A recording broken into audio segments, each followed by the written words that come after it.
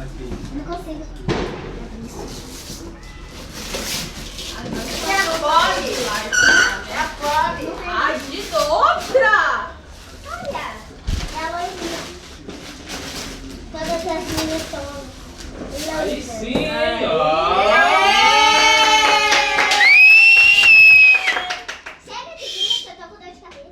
Ô, louco. Como que é isso aqui?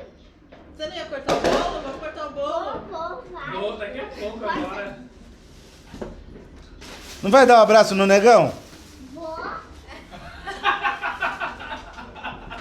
a faca? E um abraço lá. Isso Hã? é... Ai, que susto. Mas você pode, né, fazer? Ô, O cara fica no close, Eu hein, não sei rapaz? cortar, mamãe. De baixo pra cima. Faz um pedido, Amanda. Baixinho, só pra você. Faz um pedido. Faz um pedido pra gente ganhar na loteria. Aqui, ó, enquanto você corta, você Pra eu e cachorro, sua faz avó um pedido. melhorar, fala. Ah, Assim, ó, de não, baixo pra espera. cima. Assim, ó, vira a faca. Você vai cortar de baixo pra Eu cima. não sei cortar. Enquanto você... Só o primeiro pra você fazer o pedido.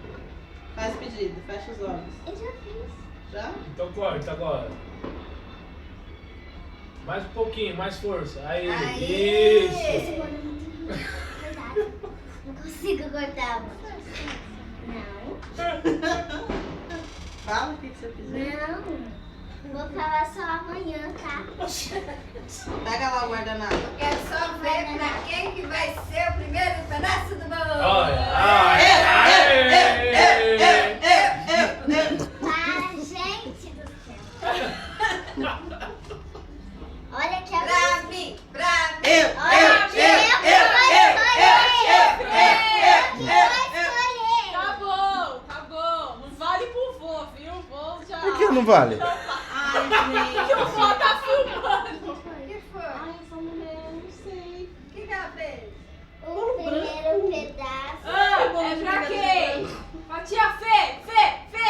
10, 10, 10, 10, 10, 10.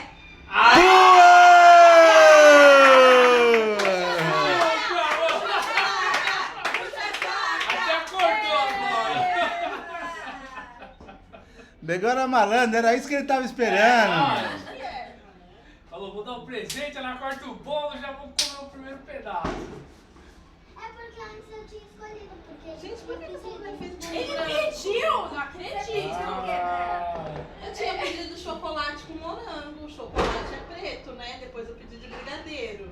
Que eu saiba é preto, não é branco. Então você fala pra